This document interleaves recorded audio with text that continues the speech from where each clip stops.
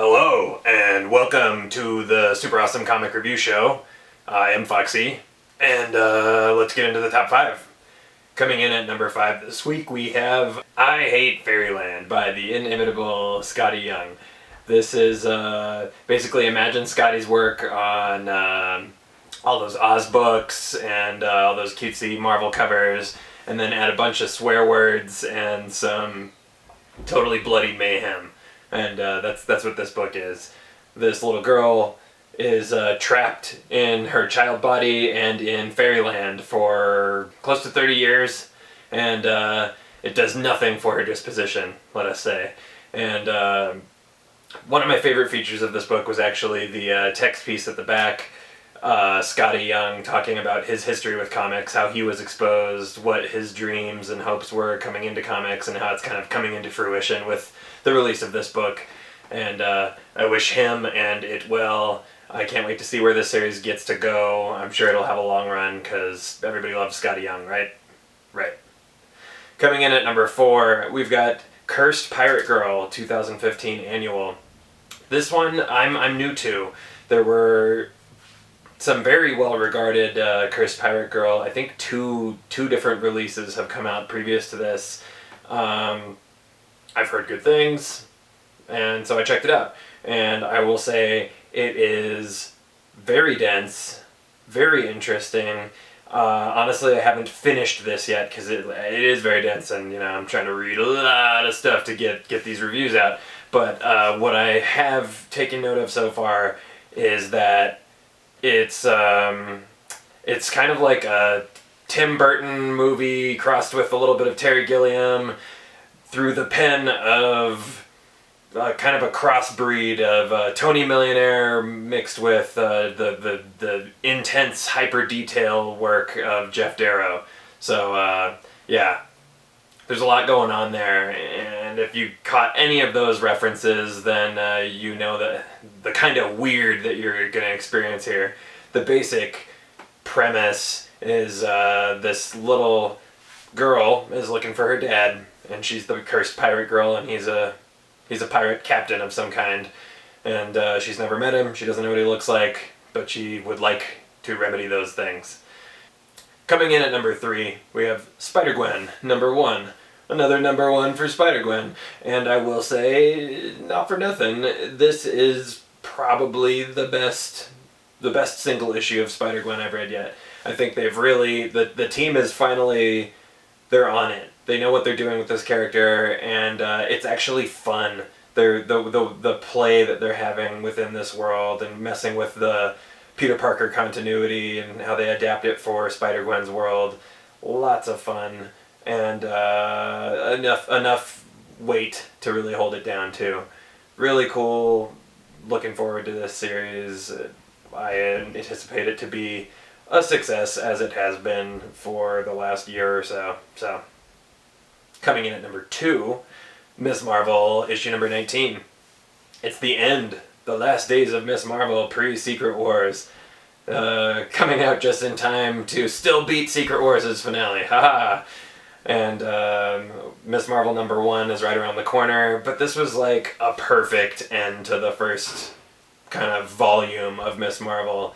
They really nailed it. Every emotional beat that you've been wondering about, or that was left a little dangly, is addressed. And there's not a lot of superhero action in this issue, but that's not really what's at the heart of Miss Marvel. At the heart of Miss Marvel is heart, and it's really heartwarming, let us say.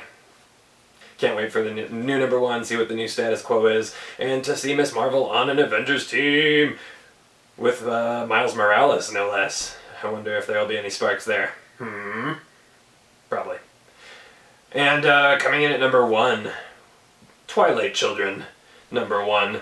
It's a new Vertigo series from the brains of Darwin Cook and Gilbert Hernandez. Gilbert Hernandez being one half of the Love and Rockets team, much celebrated, and Darwin Cook being probably most famous for his work on Batman the Animated Series as a character designer and also his fantastic New Frontier series for DC, and then the Parker adaptations. Oh my gosh, if you're into noir, you should be well acquainted with those. But anyway, Twilight Children, really cool premise so far. It's I don't want to spoil anything about this. You should definitely go check it out. Feels a little bit like Twin Peaks, but more relevantly and accurately, it's like a Gabriel Garcia Marquez work of magical realism. It's taking place south of the border, a huge cast of characters, very everybody's got their own agenda, and it's interesting already. Can't wait to see how it plays out. Definitely check it out. Anything by Darwin Cook is always worth your time, and then he's collaborating with Gilbert Hernandez. That never happens, so noteworthy. That's it for the top 5 single issues, but hey, how about a top 5 graphic novel release of the week? These will not be numbered, and I'm not going to go heavily into them because these are brand new, and I haven't read the majority of them. One I have read, The Big Guy and Rusty the Boy Robot, has gotten the hardcover treatment, and it's still beautiful, and apparently it got color retouched by Dave Stewart, always a plus. So, yeah, it's Frank Miller, it's Jeff Darrow. I mentioned Jeff Darrow earlier when I was talking about Cursed Pirate Girl, because he does insane detail work. So here's some insane detail work, but in full color, with giant dinosaurs and robots. Yeah. Also out this week from Archaia, Iscariot. This one's by S.M. Vidari. I've been stoked since the solicitation. S.M. Vidari previously did another book called Iron that was fantastic through Archaia, and also did the first issue of Jim Henson's Witches, the Storyteller Witches, that is, and I'm always impressed by his work. Really looking forward to another long format story by this genius of comics. Also out this week from Adrian Tomine, Killing and Dying, the latest collection of his work from Optic Nerve.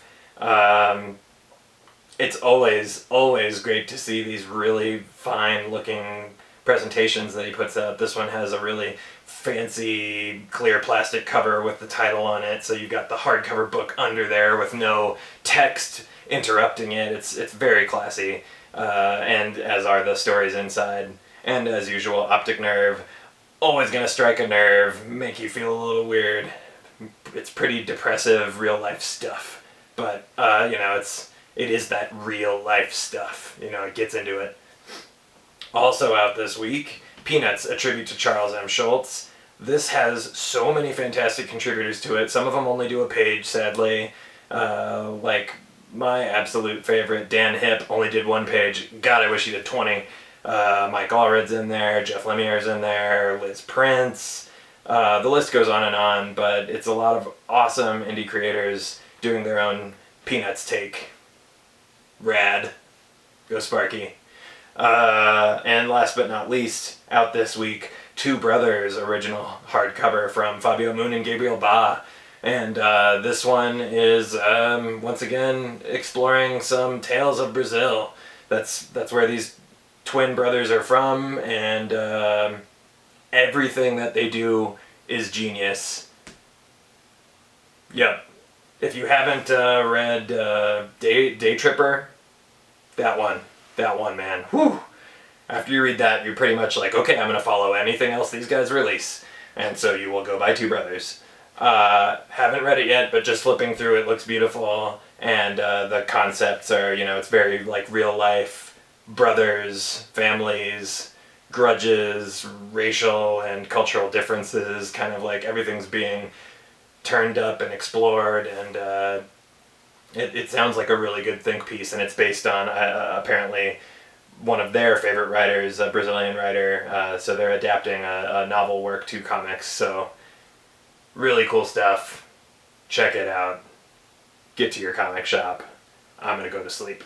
Goodbye.